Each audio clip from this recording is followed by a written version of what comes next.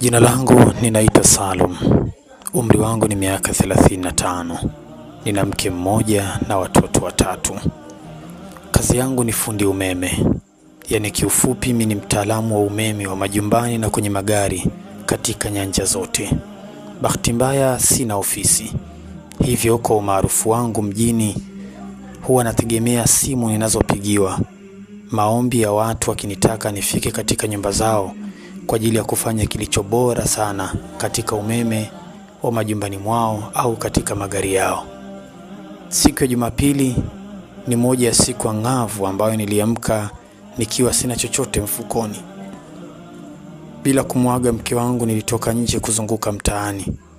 Mawazo yangu yalinituma kwamba nikitembea nitakutana na marafiki na siwezi kukosa kazi au kupata mtu nitakayemuomba niazime walau pesa kidogo ya kula siku hiyo. Mtaa wa kwanza, mtaa wa pili, penye nyumba moja mpya iliyohamiwa na mwenyewe hivi karibuni. Nje yake nikaona watu wawili wakiwa wanabishana. Nilipotizama vizuri, alikuwa ni mzee mmoja mtu mzima, lakini anaonekana ni mtu mwenye uchumi mzuri kwa sababu alikuwa amevalia suti yake ya gharama inayong'aa na miwani yake.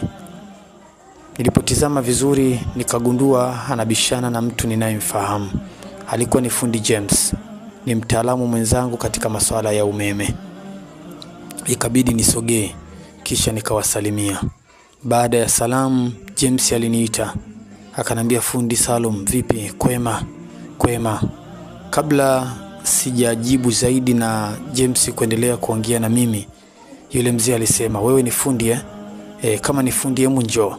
Akanishika mkono kisha akanivuta, nami bila hiana nikamfuata, huku James akiwa nyuma yangu na yeye anakuja. Alituzungusha mpaka kutuingiza ndani katika sebule kubwa ya kifahari.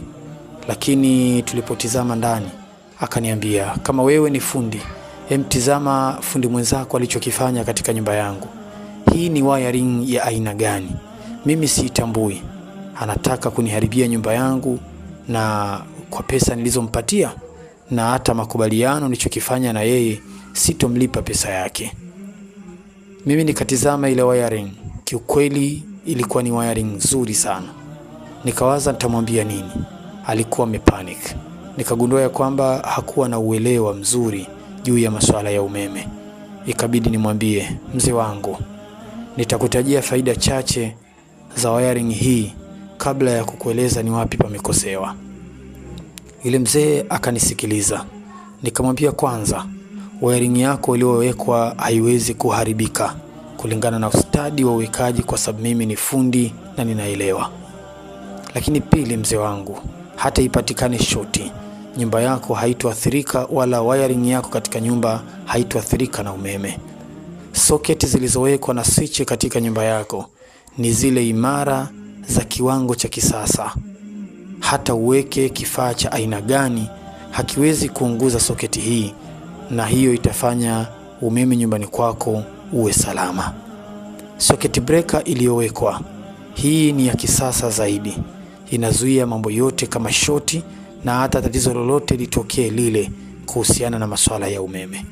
Kwa ufupi mzee, hayo ni machache ambayo nimekueleza kuhusiana na umeme na kilichowekwa nyumbani kwako. Sio kitu kidogo.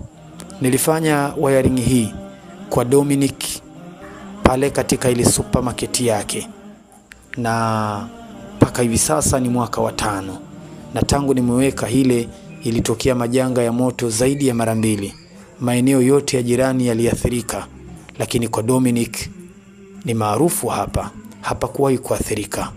Nathubutu kusema ni sababu ya umeme niliyoweka na wiring niliyoifanya ndani. Na wiring niliyoifanya pale ndio hii uliofanyiwa mzee. Mzee yule kabla ya kuendelea kunijibu au kuongea lolote, alinyanyua simu yake. Kisha akabonyeza kidogo na akaweka sikioni. Simu iliita mara moja, mara ya pili nikamsikia akiongea. Dominic, vipi hali? Salama. Baada ya salamu akamwambia, naomba nikuulize, hivi ni fundi gani mzuri sana wa umeme unaweza kuniunganisha naye ili kusudi niweze kumleta nyumbani kwangu? Anaitwa Salum. Salum umeme?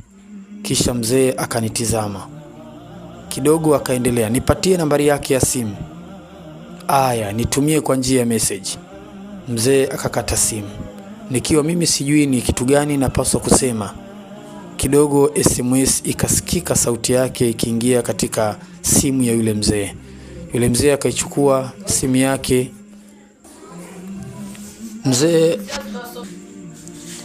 Mzee alipobonyeza simu yake, ghafla simu yangu ikaita. Nikaitoa mfukoni haraka na kuiangalia namba nyingine. Nikapokea na kuiweka sikioni. Niliposema alo, nikasikia sauti yangu imesikika katika simu ya mzee. Ndio nikabaini kwamba mzee alinipigia. Kisha mzee akakata simu. Akasema, kama sio rafiki yangu Dominic, nisingeamini yoyote yule. Kisha mzee akaingia ndani, akatoka na pesa, kibunda kikubwa, akamkabidhi James na kumwambia, hii ni 1,100,000 na 100,000. 1,100,000 kwenye makubaliano yetu na 100,000 ni kwa sababu ya usumbufu. Rafiki yako amekuokoa. Samahani kwa kutokuamini. Kisha akaturuhusu kuondoka. James akanishika bega, kisha tukaondoka. Tukiwa njiani, James alinipa hongera. Umenisaidia sana. Mzee ni mtata mno, hasingeweza kunielewa. Hii 100,000 tia mfukoni. Nilitaka kuikataa, lakini James alisisitiza. Nikakumbuka kuwa ninaihitaji kuliko kawaida. Nikaichukua na kuiweka mfukoni. Tukaachana na James, akaendelea na safari yake, na mimi safari yangu ikafia hapo. Nikarudi mpaka nyumbani. Asubuhi ile nikiwa tayari na shilingi 100,000. Nikafanikiwa kumpatia mke wangu kwa ajili ya mahitaji ya siku hiyo na siku zingine, na kiasi kingine kikabaki mfukoni. Jumapili hiyo kwangu ilikuwa Jumapili ya amani na furaha, sababu nilikuwa na riziki ya kula angalau kwa siku 2 ama 3. Kwa hiyo sikuwa na shida. Ilipofika majira ya saa 10:30 jioni, simu yangu iliita. Nilipopokea, alo Salum umeme? Nikajibu ndio. Akanambia, sasa kuna kazi muhimu sana na nimeona kwamba napaswa nikupatie wewe. Nimezitafuta na kufuatilia habari zako, nikaambiwa wewe ni fundi mzuri wa umeme wa majumbani na umeme wa kwenye gari. Hivyo nina nyumba nyingine Arusha, na taka uende ukaifanyie wiring. Lakini pia nina gari yangu ya umeme mpya inaleta shida na sikupata fundi. Nilitaka kuisafirisha kwenda mbali, ila nimeambiwa wewe ni mtaalamu. Hivyo ninakupa ofa ya kwenda kutengeneza gari yangu pamoja na nyumba yangu.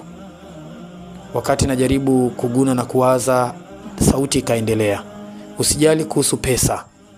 Akanitajia kiasi anapaswa kunilipa na akaniambia kwamba atanipatia nauli nijiandae na safari kwa ajili ya siku ya kesho. Nikamuuliza, samahani, lakini wewe sijakufahamu. Akanambia, usijali, mimi ni mzee Julius. Hapa ulikuja mchana na kwa rafiki yako alipokuwa ameniwekea wiring, na wewe ukamtetea sana. Nilijifunza ufanisi wa usemaji katika kinywa chako. Paka hapo nikawa tayari nimekwisha mfahamu yule mzee, kwa kuwa huwa namuona na si mara moja. Kisha akaniuliza, nambari yako hii inapokea pesa? Nikamjibu ndio. Dakika moja akakata simu. Baada ya kukata simu, baada dakika 2 nikaona SMS imeingia katika simu yangu. Kutizama vizuri, nikakuta ni muamala kupitia nambari yangu ya M-Pesa. Ni shilingi 100,000 iliyokamili. Kisha baada ya hapo akanipigia simu. Akaniambia, Salum umeme, 100,000 bila shaka itakufaa. 50,000 itakufaa safarini kwa basi kesho. 50,000 utaiacha nyumbani kwako kwa ajili ya kula japo siku 2. Utaenda kufanya kazi yangu, na ukifika kule nitakupatia posho ya kuacha nyumbani na nitakupatia malipo yako kwa ajili ya kazi yangu.